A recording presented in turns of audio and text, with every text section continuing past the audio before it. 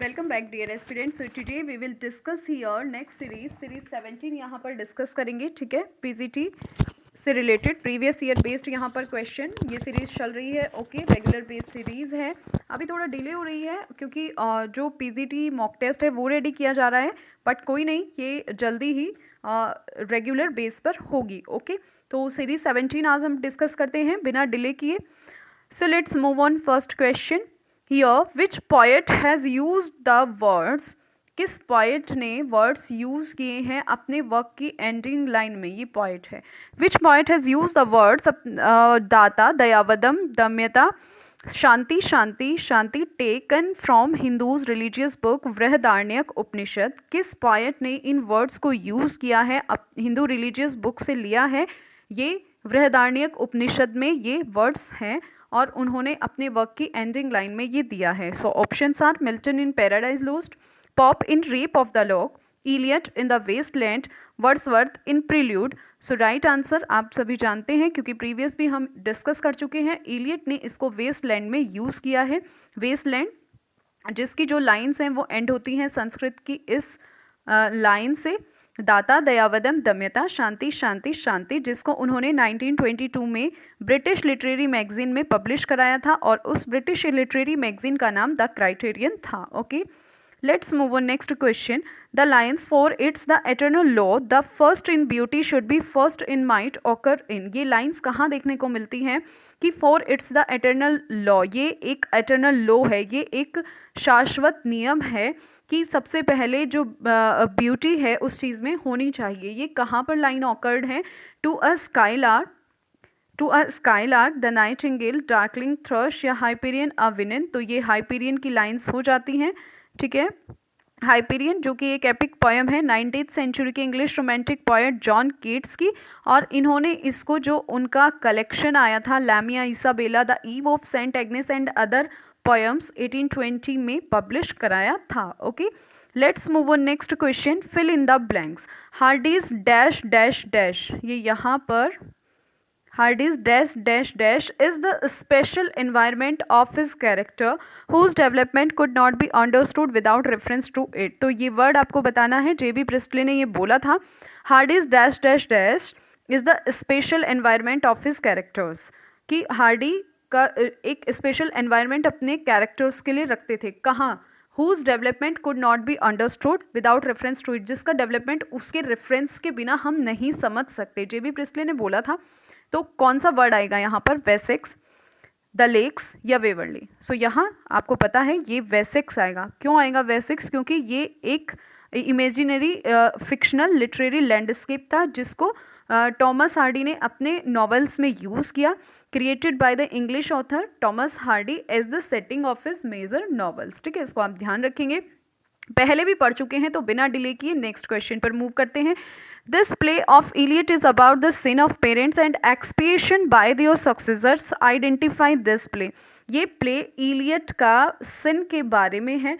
ठीक है, और जो उनके सक्सेसर्स हैं उनके बारे में है। ठीक है, एक तरह से ये जो प्ले है इलियट का, ठीक है, ये उनके जो एक्सपिएशन है या उनके जो उत्तराधिकारी हैं उनके प्रायश्चित के बारे में है, एक्सपिएशन के बारे में है, उनके पाप के बारे में है। आइडेंटिफाई दिस प्ले, आपको इस प्ले को आइडेंटिफाई करना है। Okay, the confidential clerk, the cocktail party, the elder statesman, the family reunion. So right answer आप जानते हैं कि द फैमिली रीयूनियन में उन्होंने इस तरह के जो वर्ड्स हैं उनको यूज़ किया है कि ये उनके जो सक्सेसर्स थे उनके एक्सपिएशन के बारे में है, यानी कि जो उनका प्रायश्चित है उसके बारे में है। ठीक है, इसको सबसे पहले 1939 में टी.एस. इलियट के द्वारा प्रेजेंट किया गया था और ये वर्क उन्होंने ब्लैंक वर्ड्स में लिखा था। Let's move on next question. Which American author married 4 times, joined the army but committed suicide? किस अमेरिकन ऑथर ने 4 times मैरिड की और ज्वाइन द आर्मी, ठीक है, और आर्मी ज्वाइन की बट कमिटेड सुसाइड? तो ये आपको ऑथर बताने हैं। उन्होंने आत्महत्या कर ली थी। Options are Hemingway, Faulkner, Frost, Whitman. तो ये कौन थे? यस, अगर आपने बायोग्राफी अच्छे से पढ़ी है हेमिंगवे की तो राइट आंसर हो जाता है हेमिंगवे। इनका जन्म 21 जुलाई 1899 को ओक पार्क मिलियनर्स यूएस में हुआ था। इनकी डेथ 2 जुलाई 1961 में 61 ईयर्स की एज में केचम इदाहो यूनाइटेड स्टेट में हुई थी। इनकी जो स्पाउस है उनके बारे में बात कर लेते हैं, Mary Welsh Hemingway and Martha Gellhorn. Okay, इन्होंने 4 टाइम्स मैरी की थी। Okay, yes, let's move on next question. Ezra Pound, Amy Lowell and T E. Hulme are famous as, किस लिए फेमस हैं वो? एक्सप्रेशनिस्ट थे, इमेजिस्ट थे, सिम्बोलिस्ट थे या साइकोलॉजिस्ट थे? तो एजरा पाउंड, एनी लॉवल और टी.ई. ह्यूम इमेजिस्ट थे। एक व्यू देख लेते हैं इनका। ऐसे भी आपसे क्वेश्चन वहाँ पुटअप किया जा सकता है कि who is known as an imagist poet. तो Ezra Pound most famous imagist poet थे और वो इस मूवमेंट के फाउंडर भी माने जाते हैं। अदर नोटेबल इमेजिस्ट पोएट में हम इंक्लूड कर सकते हैं एच.डी., जिनका पूरा नाम हिल्डा डॉलिटी है, William Carlos, William and Amy Lowell. Okay, इनको आप ध्यान रखेंगे, ये इमेजिस्ट पोएट में आते हैं और इस मूवमेंट के फाउंडर माने जाते हैं Ezra Pound. Okay, let's move on next question. The character Micawber in Dickens, David Copperfield always keeps on hoping that. ठीक है, इसमें जो कैरेक्टर है Micawber in Dickens, David Copperfield always keeps on hoping that. इसमें आपको ये बताना है कि जो डिकेंस का डेविड कॉपरफील्ड में कैरेक्टर है मीकेबर, वो हमेशा ये उम्मीद करता है कि उसे कुछ छोड़ देना चाहिए। Always keeps on hoping that, उसे आशा रहती है कुछ छोड़ देना चाहिए, कुछ इस तरह से आपको ये कंप्लीट करना है। ठीक है, तो डिकेंस की जो डेविड कॉपरफील्ड का ये कैरेक्टर है मीकाबर, उसे हमेशा यह होप रहती है। क्या होप रहती है? Something to give up, something to turn up, something to claim या something to reject. Which one is correct? Yes, which one is correct? Yes, I hope कि आपको पता होगा। ठीक है, समथिंग टू टर्न अप, कि उसे कुछ छोड़ देना चाहिए। ओके, ये एक नॉवल है चार्ल्स डिकेंस का और इसको इन्होंने एपोनिमस डेविड कॉपरफील्ड इसको नरेट किया था। एपोनिमस का मीन्स क्या होता है ये डिस्कस कर लेते हैं एक बार। एपोनिमस मीन्स जैसे हम कुछ भी शॉर्ट फॉर्म में यूज कर लेते हैं ना, तो उसका मतलब उसको एपोनिमस बोला जाएगा। तो यहाँ पर इन्होंने इसको एपोनिमस यूज किया था, यानी कि लाइक DC, ये हम पहले भी डिस्कस कर चुके हैं ना, लाइक डेविड कॉपरफील्ड या फिर चार्ल्स डिकेंस है ना, चार्ल्स डिकेंस उनका पूरा नाम, तो उन्होंने इसको DC ऐसे करके यूज किया था। तो इसको आप एपोनिमस नॉवल भी बोल सकते हो, यानी कि ये उन्होंने कुछ कुछ अपने नाम से मिलता जुलता ही रखा था। Okay, yes, let's next question. Okay, so here a phrase, यहाँ पर एक phrase है, fill in the blank, while dash Rome do as the Romans do। नहीं, ये while नहीं होगा, ठीक है, it's not here while, यहाँ पर ये when होगा, ये मिसप्रिंट है। ठीक है, when dash dash dash Rome do as the Romans do। तो इस तरह से ये phrase है, आपको करेक्ट वर्ड चूज करना है कि जब भी आप रोम में होते हैं तो रोमन जैसा करते हैं वैसा करें। ये एक फ्रेज है और ये इस तरह से बोली गई है। मीन्स, इस फ्रेज का मीन्स ये है कि when you visiting a foreign land follow the custom of those who live in it. Means जैसे वो रहते हैं उन्हीं के कस्टम को आपको फॉलो करना चाहिए। So what is here correct word? Among, in, at या फ्रॉम। यस, इजी है, अमंग तो हो नहीं सकता, इन यूज होगा। ठीक है, जब भी आप रोम में हो तो वैसा ही बिहेव करें जैसे रोमन्स करते हैं, इसका मतलब ये है। बट यहाँ पर ये बताया गया है, it mean that when you are in an unfamiliar situation you should follow the lead of those who know the ropes। means you can say when visiting a foreign land follow the custom of those who live in it। so ये means है इस phrase का। Phrase है when in Rome do as the Romans do, ये correct इसकी phrase होगी। और ये यहाँ रेफर करती है इम्पोर्टेंस को कि आप जिस रीति रिवाज में रह रहे हो, कस्टम में रह रहे हो, उसी सिचुएशन में आपको उन्हीं की तरह बिहेव करना चाहिए जैसे वो करते हैं। ओके, करेक्ट मीनिंग ये है। Okay, let's move on next. This novel of Hemingway is based on his Italian war experience. ठीक है, ये नॉवल हेमिंगवे के इटालियन वॉर एक्सपीरियंस पर बेस्ड है। ठीक है, it narrates a story of a man's withdrawal from the war. ये यहाँ पर नरेट करता है एक इस तरह की स्टोरी को, man's withdrawal from the war into love, a love that ends in futility, identify the novel. तो ये जो लव है ये फ्यूटिलिटी पर जाकर एंड होता है, इसको आपको आइडेंटिफाई करना। फ्यूटिलिटी मीन्स होता है निरर्थकता, यानी कि जिसका कोई अर्थ नहीं होता। एक व्यक्ति जो युद्ध लड़ रहा होता है और वो लव में होता है और फिर वहाँ पर वो अपनी लव की स्टोरी को सुनाता है। तो इस तरह से आपको ये नॉवल आइडेंटिफाई करना है। हेमिंगवे का नॉवल है और इटालियन वॉर एक्सपीरियंस पर है, तो आपने पहचान लिया होगा। ठीक है, तो which novel is this? to have and have not, for whom the bell tolls, across the river and into the trees, और अ फेयरवेल टू आर्म्स। तो ये जो नॉवल है ये है अ फेयरवेल टू आर्म्स। ये अर्नेस्ट हेमिंग्वे का Italian war experience पर बेस्ड नॉवल है और इसमें एक मैंस के विड्रॉल की स्टोरी वहाँ पर बताई जाती है कि जब वो अपने उस वॉर से वापस आता है तो वो अपनी स्टोरी को सुनाता है। Okay, next question, who calls Wordsworth one of the chief glories of English poets of English poetry. किसने वर्ड्सवर्थ को बुलाया है chief glories of poets, chief glories of English poets. ठीक है, इस तरह से आपको पढ़ना चाहिए। ठीक है, इंग्लिश पोयम के, इंग्लिश पोएट्स की, ठीक है, मेन जो ग्लोरीज है किसने उन्हें ऐसा बोला है? अर्नोल्ड, वर्ड्सवर्थ, कॉलरिज या कीट्स। ये आप अच्छे से जानते हैं, बहुत बार हम डिस्कस भी कर चुके हैं। तो राइट आंसर है मैथ्यू अर्नोल्ड। ठीक है, उन्होंने वर्ड्सवर्थ को बोला है। वैसे तो वर्ड्सवर्थ को वेरियसली क्रिटिसाइज्ड किया गया है, बहुत सारे राइटर्स ने उनको क्रिटिसाइज किया है। जॉन कीट्स उनको ईगोटिस्टिकल सबलाइम से बुलाते हैं और बायरन उन्हें मॉरल एनिक के नाम से बुलाते हैं। ठीक है, इसको आप ध्यान रखना। मॉरल एनिक किसने बोला था उनको? बायरन ने। ईगोटिस्टिकल सबलाइम जॉन कीट्स ने। ठीक है, लॉस्ट लीडर किसने बोला था? ये आपको बताना है। Yes, next question, unrhymed iambic pentameter is known as. Unrhymed iambic pentameter जाना जाता है free verse, blank verse, open verse या spondee. Yes, unrhymed iambic pentameter blank verse के नाम से जाना जाता है। इसको आप करेक्ट कर लेना। यहाँ पर ऑप्शन रॉन्ग है ये। ठीक है, बी करेक्ट होगा, blank verse. Unrhymed iambic pentameter means होता है blank verse. Okay, verse poetry. ठीक है, तो इसमें होगा ऑप्शन बी, यानी कि unrhymed iambic pentameter blank verse को बोला जाता है। इसको आप करेक्ट कर लेना यहाँ पर। Okay, so verse poetry is poetry that has both a consistent metre and rhyme. Verse poetry क्या होती है? जिसमें दोनों मीटर और राइम स्कीम होती है।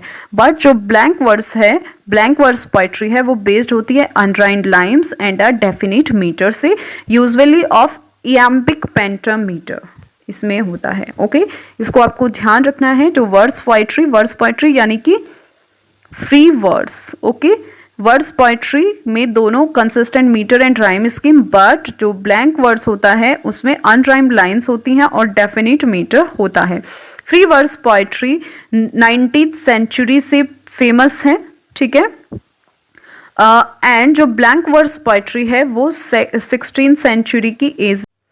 Yes, next question. An illegal action inciting resistance to lawful authority and tending to cause the disruption of overthrow of the government is known as। ये है lawful authority। ठीक है, इसको करेक्ट कर लेना। यहाँ पर अथॉरिटी है एक इलीगल एक्शन जो हमें लॉफुल अथॉरिटी के लिए उकसाता है, and tending to cause the disruption, और मीन्स जो उसका वो किसका कारण बनती है? सरकार को उखाड़ फेंकने का कारण बनती है। The government is known as. ऐसे गवर्नमेंट को आप क्या जानो, क्या किस नाम से जाना जाता है? म्यूटिनी, फेलोनी, सेडिशन या ट्रेजन। इजी है कि ऐसा इलीगल एक्शन जो वहाँ पर लॉफुल अथॉरिटी को उकसाता है, cause the disruption overthrow of the government. ठीक है, जो वहाँ की जो सरकार को उखाड़ फेंकने में व्यवधान का कारण बनती है, ऐसे वर्ड किस नाम से जाना जाता है? म्यूटिनी, फेलोनी, सेडिशन या ट्रेजन। तो ये सेडिशन के नाम से जाना जाता है। Let's take a look. ये जो वर्ड्स है और एक्शंस है that are intended to encourage people to be और एक्ट अगेंस्ट अ गवर्नमेंट, ये ऐसे लोगों को उकसाते हैं या प्रोत्साहित करते हैं किसी भी गवर्नमेंट के अगेंस्ट एक्ट करने में। तो इस तरह का वर्ड क्या होता है? Sedition. It called sedition. Let's move on next question. Who use the term like culture, barbarism, philistine and Hebraism in culture and anarchy. बहुत ही ब्रॉडली ये पूछा गया है। मीन्स एवरी टाइप के एग्ज़ाम में ये इस तरह का क्वेश्चन है। ठीक है, 2-3 जगह देखने को मिला है। सो इसको मैंने फिर से ऐड किया है अपनी सीरीज़ में कि किसने ये टर्म यूज़ किया था। Culture, barbarism, philistine and Hebraism in culture and anarchy. आपको पता है ये किसका वर्क है? कल्चर एंड अनार्की अर्नोल्ड का वर्क है, मैथ्यू अर्नोल्ड का वर्क है। इंग्लिश विक्टोरियन पोएट हैं, सोशल क्रिटिक हैं। ठीक है, और ये उन पर क्लासिकल अटैक्स था by on the contemporary taste and manners, ठीक है। बारबेरियंस यानी कि जो एरिस्टोक्रेसी थी, जो रिच पीपल थे, फिलिस्टीन जो कॉमर्शियल और middle class, and the populace और जो कॉमनर्स थे, ठीक है। He became the apostle of culture in such works as Culture and Anarchy 1869। ये वर्क उनका कल्चर एंड अनार्की 1869 में आया था और इसमें उन्होंने जो स्पेशली बोला था बारबेरियंस यानी कि the aristocracy, rich work, philistines the commercial या middle class family, and the populace और जो कॉमनर्स थे उनके बारे में यहाँ पर उन्होंने क्रिटिसाइज इसको किया था। ये क्रिटिकल वर्क उन्होंने लिखा था, कल्चर एंड अनार्की, जो कि 1869 में आया था। Let's move on next question. The theme of the poem of Nissim Ezekiel इन, ठीक है। जो निसिम एज़्गिल की पोएम्स थी उनकी थीम क्या क्या इंक्लूड करेंगे? Relationship, love, sex and city life. Second, relationship, hatred and barbarity, village life and simple rustic, या नन ऑफ दीज। तो इसमें राइट ऑप्शन हो जाता है फर्स्ट। निसिम एज़्गिल ने अपनी पोएम्स में रिलेशनशिप, लव, सिटी लाइफ को ऐड किया था, ठीक है। जिनका जन्म 1924 में मुंबई में हुआ था 16 दिसंबर को, और उनकी डेथ 79 ईयर्स की एज में 9 जनवरी 2004 मुंबई में हो गई थी, ठीक है। उनके पेरेंट्स की बात करते हैं मोसेस एज़्गिल, और उन्हें पद्मश्री अवार्ड से भी नवाजा गया। जॉनर की बात करते हैं तो मॉडर्न इंडियन इंग्लिश पोइट्री में वो आते हैं। नोटेबल वर्क्स में आ जाते हैं Night of the Scorpion and Latter Day Psalms. Okay, let's move on next question. Which book was revised by Whitman many times? कौन सी बुक विटमैन ने बहुत बार रिवाइज की है? इजी सा क्वेश्चन है। लीव्स ऑफ ग्रास उन्होंने बहुत बार रिवाइज की है। अमेरिकन पोएट, और इसको उन्होंने, वो एक अमेरिकन पोएट थे और इसको उन्होंने 1855 में पब्लिश कराया था। Let's move on next question. Which of the following will be correct in direct speech if the command given below is change into it? ठीक है, यहाँ पे अगर कमांड दी जाए तो आप इसको कैसे चेंज करोगे, ठीक है, कैसे करेक्ट करोगे? The officer said fire, yes, which one is correct? The officer said to fire, the officer requested the soldiers to fire, the officer commanded the soldiers to fire, none of these. Yes, do it correct. So right answer हो जाता है इसका सी, क्योंकि command की बात हो रही है, और जब कमांड की बात हो रही हो तो the officer commanded the soldiers to fire. Okay, अगर आपको अच्छे से इनकी थ्योरी रीड करनी है, चैनल पर जाइए, इनडायरेक्ट स्पीच की थ्योरी वहाँ पर अपलोडेड है, वहाँ से आप अच्छे से रूल्स एंड रेगुलेशन देख सकते हैं। रूल्स जो हैं, सॉरी रेगुलेशन नहीं, रूल्स जो हैं इसके वहाँ पर देख सकते हैं। Next question, sovereignty means, sovereignty का मीन्स आपको बताना है। Government under control, government free from external control, government's failure to sovereign, ठीक है, none of these. Yes yes, बताइए कि क्या मतलब है sovereignty means? Government under control, government free from external control. So right answer हो जाता है government free from external control. Okay, freedom from external control means ऐसी गवर्नमेंट जो एक्सटर्नल कंट्रोल से फ्री हो। ओके, सॉवरेनिटी, संप्रभुता। Next question, which of the following book appealed to the prince and queen Victoria? Easy question है। In Memoriam 1850, Tiresias and other poem, Locksley Hall, Demeter and other poems.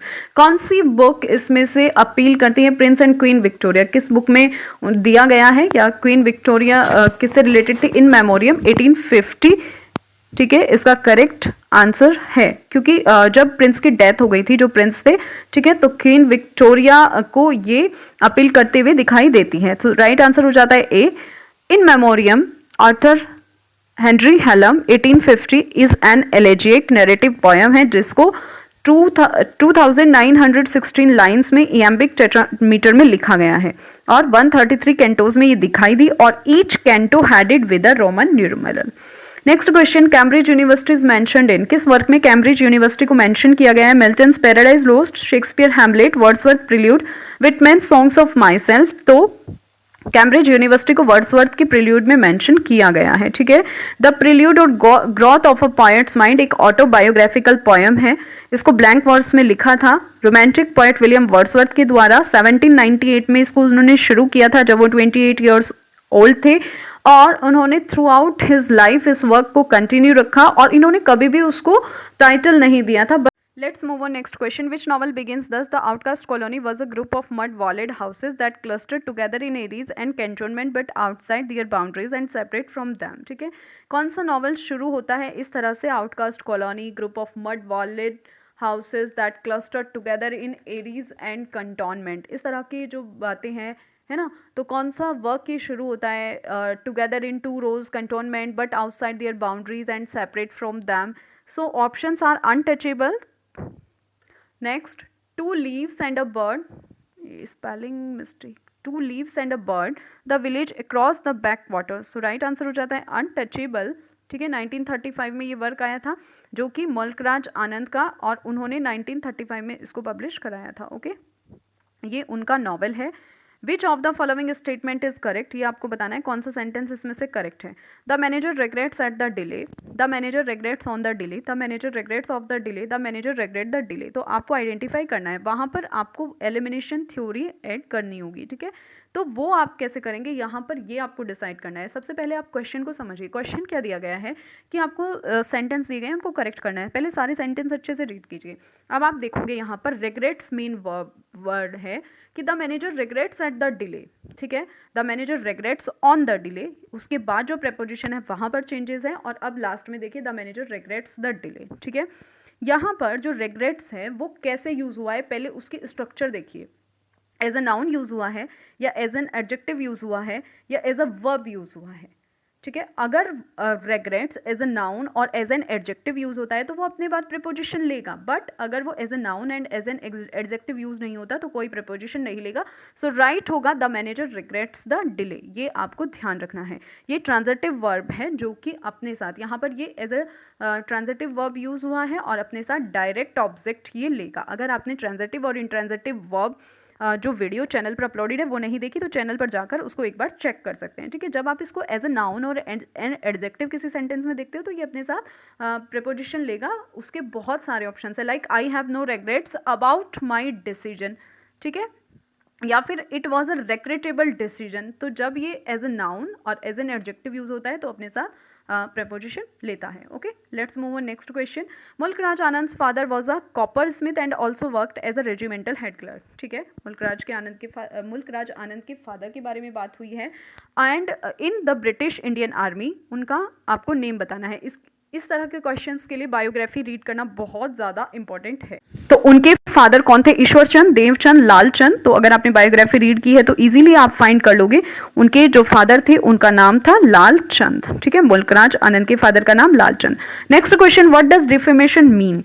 Defamation का मतलब आपको बताना है a false accusation of an offence, a malicious misrepresentation of someone words or actions, an abusive attack on a person's character or good name, या all of these। अब defamation मतलब देखो आप क्या होता है, इसका मीनिंग तीनों ऑप्शंस करेक्ट होंगे।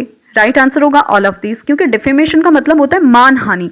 सो option A, a false accusation of an offence, झूठा दावा करना। Malicious misrepresentation of someone words और एक्शन, में किसी के शब्दों को और एक्शंस को घुमा फिराकर यूज करना। And abusive attack on a person, और किसी पर्सन पर अब्यूजिव अटैक करना। ठीक है, तो तीनों ही करेक्ट होंगे। आंसर हो जाता है D. Next question, question number 24, Keats was one of the inheritors of unfulfilled renown, whose remark is it? ये कीट्स के लिए किसने रिमार्क किया था? कीट्स हिमसेल्फ, बायरन, शेले, या नन ऑफ दीज? तो ये रिमार्क कीट्स के लिए शेली ने दिया था। शेली, जिनका जन्म 4 अगस्त 1792 को फिल्म प्लेस यूके में हुआ था।